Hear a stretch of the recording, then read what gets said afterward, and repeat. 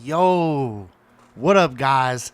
Dom from ASMR Cruise, and today we are back again already. Firstly, shout out to the real ones finding this channel and showing love.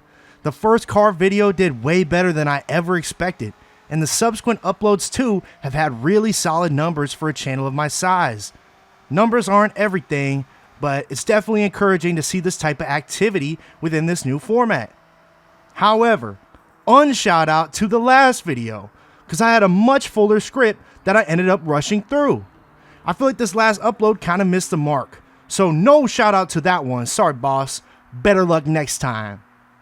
I guess that can segue into the topic today, which I've kind of touched on before, but just like the universe itself, I'm going to expand on this idea further and further. See, I already made the Toxic Hobbies video, and that upload covered how trapped I get by creativity, and I have this unrelenting pressure to output more and more and more. But what I didn't cover is this. What happens when you do create, but you don't like your creation? Because, let me tell you, I was genuinely disturbed by yesterday's video, simply because it felt like I fell short. To combat this feeling for me, is to just keep pushing out more output until it erases the legacy of the thing that I disliked in the first place. I would definitely consider myself a perfectionist.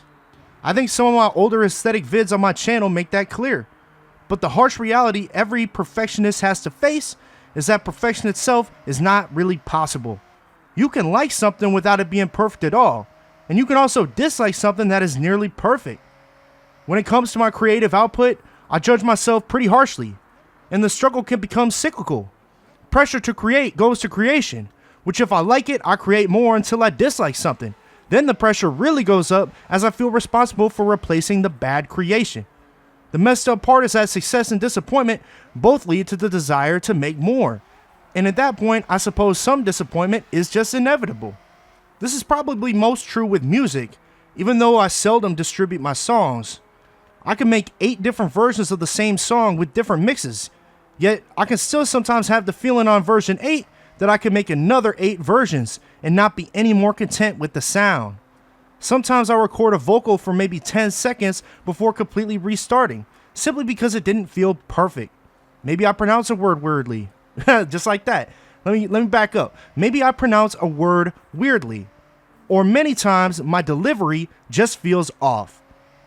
And I think that's in large part because when I'm forcing myself to create, my passion and drive can falter.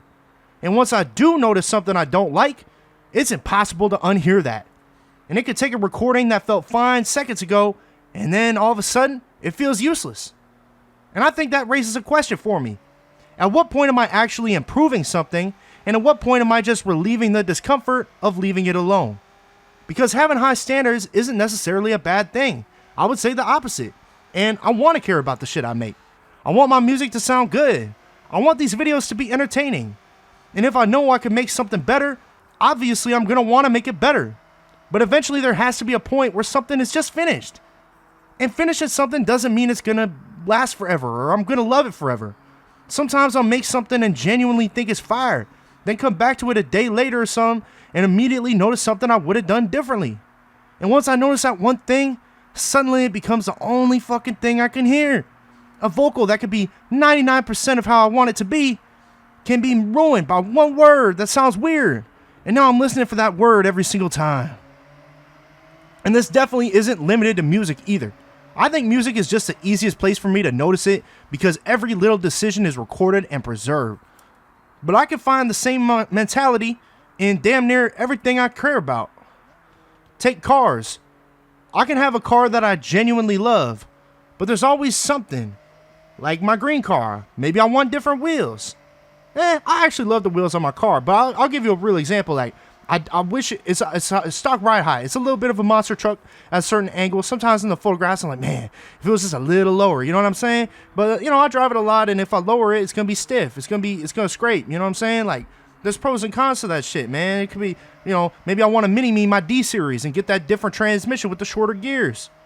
None of that means I don't like the car as it currently exists. I can absolutely love something, like I do, and simultaneously have a giant list of shit I want to change about it. And with that said, Sometimes I wonder if constantly imagining the better version of something makes it harder for me to appreciate the version that's actually sitting in front of me. The internet absolutely makes this shit worse too. There's always somebody who has a cleaner car, the better setup, the crazier sneaker collection, the nicer computer, or the bigger channel. Whatever you're into, you can pull out your phone and immediately find somebody who has taken it way further than you have. And obviously there's nothing wrong with seeing something cool and getting inspired by it. I love seeing what other people create, especially in the car world. Like, that's just dope. But inspiration and comparison can get weirdly intertwined.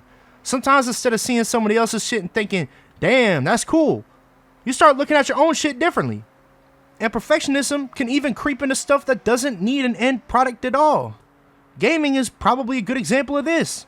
Games are literally supposed to be entertainment, but I can still turn them into a project. I can spend all this time trying to get the perfect car on Forza, the perfect setup, the perfect route, the perfect footage for my videos, and suddenly I'm evaluating something I originally started doing because it was fun. That's kind of the common denominator here. Music's supposed to be fun. Cars are supposed to be fun, and so are games. Making videos too. But I have this tendency to turn I enjoy this into I need to do this correctly. And what the fuck does correctly even mean for a hobby? There's no governing body inspecting my Forza gameplay, and no one's gonna revoke my Honda ownership because I haven't built the car exactly how I picture it. Also, no one's listening to my songs because I don't release them. So even if there's 7 other mixes sitting on my computer because I changed some tiny shit, no one's gonna notice. I don't even share it. It's supposed to be for me, and I still can't quite get it acceptable. I don't know. Like, I think that's where perfectionism becomes so difficult, because the standard I'm trying to meet usually isn't coming from anybody else. Nobody asked me to make 8 mixes. Nobody asked me to upload another video immediately because I didn't like the last one. The pressure is coming from me. And if I'm the one creating the standard, I can move the finish line whenever I want. Which brings us right back to yesterday. The funny thing is, yesterday I uploaded something I wasn't happy with. And basically my immediate reaction was, alright, I need to make something better now. I didn't just dislike the video and move on with my day. I felt like I needed another creation to replace it. So now the very next day, I'm sitting here writing another video about why I feel compelled to make another video. And there's actually another contradiction here. Because you'd think being a perfectionist would mean I'd take forever to make everything. That I refuse to release anything until it's perfect. But sometimes I think perfectionism does the exact opposite to me. Sometimes it makes me rush. Because I don't just want to make something good. I want to make something good now. And when I'm already feeling that pressure to create, I can force myself through something even when the passion isn't there anymore. Which is basically what happened with the last video. I had more I wanted to say, I got frustrated while recording it, and instead of accepting that maybe I should just come back to it later, I'll rush through it. So in pursuit of making something I was proud of, I created something I liked less. And maybe that's where I need to get better at separating caring about my work from needing to feel satisfied with everything I make. Because those aren't necessarily the same thing. There are probably going to be videos on this channel that I think are great. And there's going to be videos that I think are mid. There might be some shit I look back on and wonder why I uploaded it at all. Same with music. Some of that shit, 2023, 2024, unlistenable. And you can say that about anything creative. It's just, sometimes it doesn't age so good. But shit, you know, I don't actually have to erase the legacy of everything I dislike. It can still exist. Yesterday's video can just be yesterday's video. I can learn what I didn't like about it and apply that to the next one without needing the next one to somehow undo it.